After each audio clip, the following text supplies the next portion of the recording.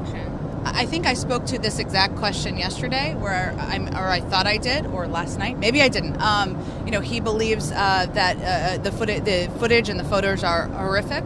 They don't represent who we are as a country. And he was pleased to see the announcement of the investigation. He certainly supports that. And obviously there'll be a determination made on next steps once that concludes. Does the president believe those border agents to be punished in any way, or is he just going to wait for the investigation? Again, there's a process in place for a reason. Obviously, we hope that investigation happens quickly, and it will determine, as was stated clearly in the Secretary's statement last night, what disciplinary action should be taken. General, the UN speech, it was extremely noticeable, obviously, that the word China didn't come up. Can you tell us why deliberately not to put in the word China? Well, I would say first that it was clear in the speech that the president was talking about the importance of our building our alliances, working together as we address a range of challenges in the world. He sees, and I know a lot, and he knows a lot of our partners around the world, including from the G7, see China as a country where there is great competition, but not a country where he sees it is one where we seek conflict. And so I think it was indicative of his objective of laying out our proactive agenda of the big issues that we can work together on, including with China, climate, addressing cyber threats, addressing terrorism threats around the world. And certainly he made clear as well in his speech that he was, and this was not directed at any one country, but directed at any country that doesn't meet the bar, that we will hold standards of democracy high, hold standards of human rights high, and that's a message that should be heard by anyone who is listening.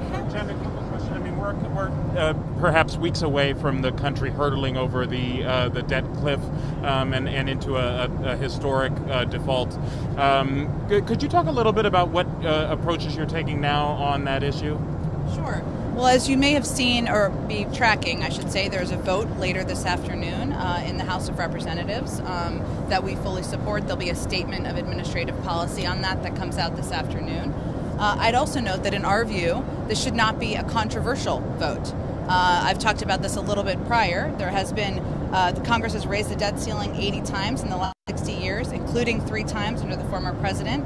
And each vote in the previous administration was massively bipartisan, with as many as 316 votes in the House and 80 votes in the Senate. And each time there was strong support from both Democrats and Republicans, even after the Republicans passed the $2 trillion tax cuts that were not paid for. We've also seen, and I would also note the report that was out yesterday that showed that Leader McConnell himself has voted to raise the debt limit by more than $20 trillion during his time in the Senate. So we will continue to make the case that it is not a partisan issue to want to protect the full faith and credit of the United States, and that we will continue to press for bipartisan support for it moving forward. Follow up on that. So you said that you support what's coming out from the Democrats in the House. One thing that they did was they stripped out a bunch of funding for security support for Israel, and some concerns about Iron Dome funding.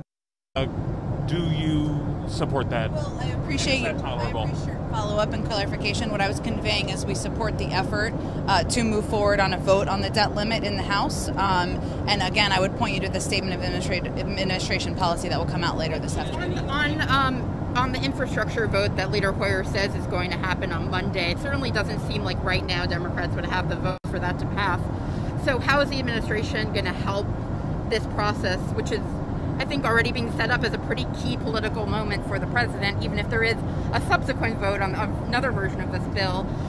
Is the president going to be doing more meetings? Are staff going to be, I know there are a few on the Hill today.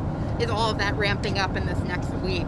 Yes. Obviously a very busy time for the president. The UN General Assembly speech this morning, of course, but now that we're headed back to Washington, another important bilat this afternoon, I think you can expect that he'll be meeting with, engaging with, speaking with a range of members over the coming days in this pivotal period of time. It won't just be moderates, will also be some of the progressives? I would expect it will be a diversity of voices. Any update on a conversation with Macron? We will Happen soon. We're in touch with the team of the Macron's team about finalizing the details and the schedule for that. The president looks forward to speaking with him, to reaffirming our commitment to the partnership, the long-standing alliance, and to continuing to work together on a range of important issues, including security in the Indo-Pacific. Prime Minister Johnson, just in regards to the meeting today, he said that the president has too much on his plate to do a trade deal, a bilateral trade deal. Is that accurate? I think I would say the focus of the meeting from the president's standpoint today is going to be working together on a range of issues, including getting the pandemic under control, dealing with certainly challenges in the global economy that we've seen, certainly security issues we've worked together on for a series of decades, obviously in the heels of an important announcement last week. I don't have anything to convey in terms of a trade deal. Agenda, though. I think those are the primary issues, but of course the Prime Minister may raise a range of issues, including trade. We'll see. Back to the border situation, can you discuss the White House's communication with the Mexican government in regards to the Haitian refugee border? Has the U.S., has the Biden administration asked anything specific of the Mexico government in regards to the Haitian migrants? We are, of course, continue to be in close touch with the Mexican government about how to address a challenging situation at the border, including with a number of Haitians who have come across the border as well. But this is not about one country or individuals coming from one country, so it is a part of a broad and ongoing conversation with the Mexican government about how we can continue to work together to address the migration situation at the border. But I don't have any specific updates for you. I have two questions on Iran. One is that the foreign minister said today that they're expecting to resume nuclear talks in the coming weeks. And then the second one is about the president of Iran at the UN, just as we were boarding the plane, saying that the U.S.'s new way of war with the nations of the world is economic sanctions, and we don't trust promises made by the U.S. government, which already some kind of observers are saying is even harsher anti-American rhetoric than we've heard from his predecessors at previous UNGAs. So where are the nuclear talks? Where is the overall dynamic right now? Well, the door remains open to diplomacy. Obviously, they had their own political election, as you all know, that happened in Iran, and our negotiating team has always conveyed that the best path forward is to pursue those negotiations, to have those conversations, and see if we can return to the table. I don't have any updates on when that may be, but certainly there's an openness to that, and I would expect any update on next steps to come from the State Department. As it relates to rhetoric from leadership, they have their own politics, and I'll leave it at that. So the refugees just raised the cap to 125,000 for next year, the next fiscal year. But this year, the number was less than 8,000. What do you attribute the low number, and how do you change that? How do you get closer to the actual refugee cap moving forward?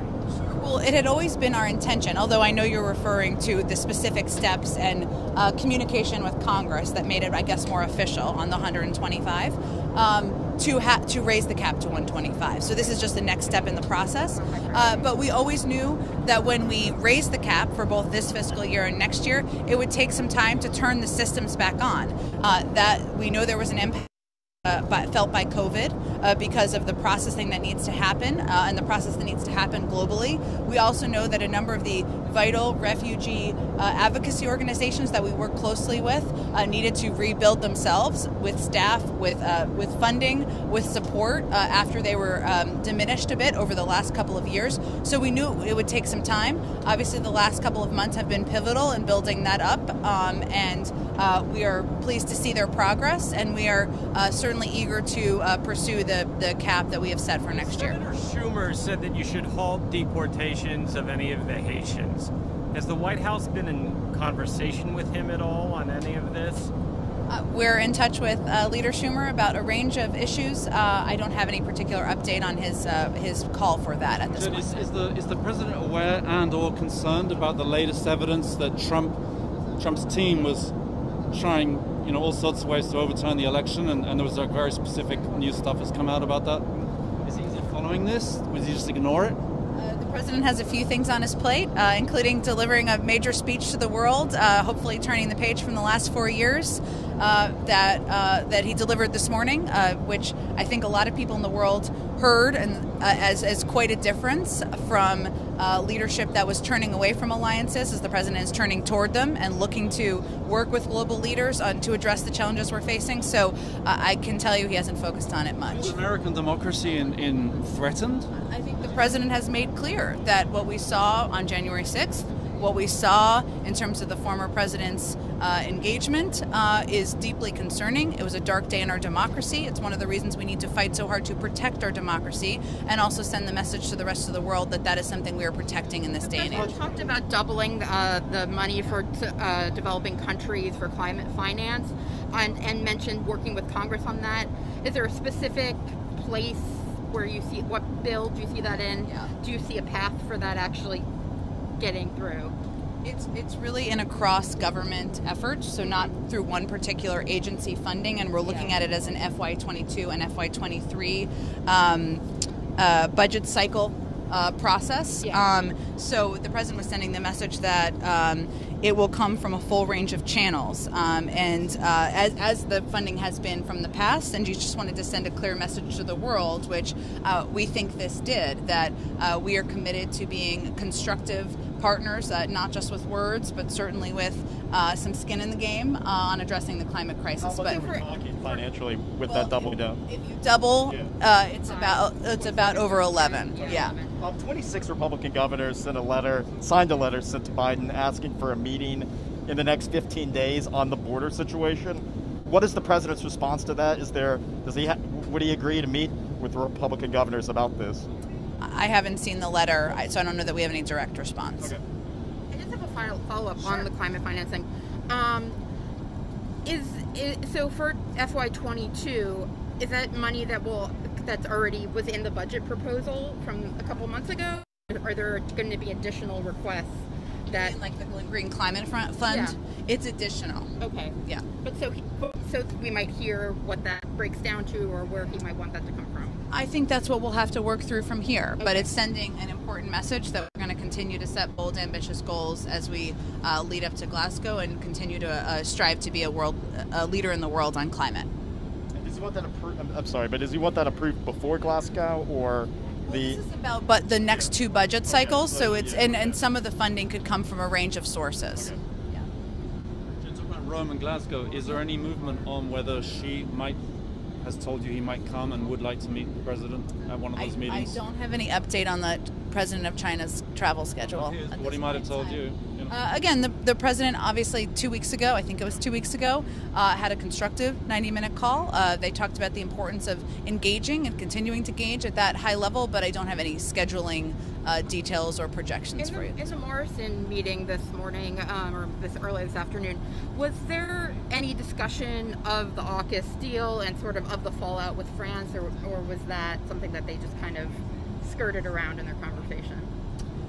I don't think I have any more details to read out for you, but I can certainly reiterate for you, and this is something the president conveyed, is that it's important to continue those strong working relationships and partnerships with a range of countries as we address the Indo-Pacific, including France, including members of the AUKUS and members who are not in the AUKUS, given it is such an important security priority for the world. And again, I know he's looking forward to speaking with President Macron in the coming days. Color on the $10 billion in food aid that Biden mentioned in the speech? I expect we'll have more on that in the coming days. Let me see if there's more detail we can give you in shorter order, though. Well, about tomorrow, the climate summit. Yeah. How many leaders are expected to be attending this? Do you have like a ballpark Yeah, that's idea? a good question. We can get you an exact number of RSVPs and attendees. We can try to get you that shortly after we land. Do we expect a call in advance about that, or is that? I say that one more time. Is there going to be a call with press about that in advance? Do you know, or how you'll be handling that? As the president said today, there will certainly be some news about our continued commitment to be the arsenal of vaccines in the world in advance of tomorrow. I will see what detail we have in terms of the rollout of that. All right. Great. Thank you, guys. I should have just asked that later. I mean, do you guys know if you're going to have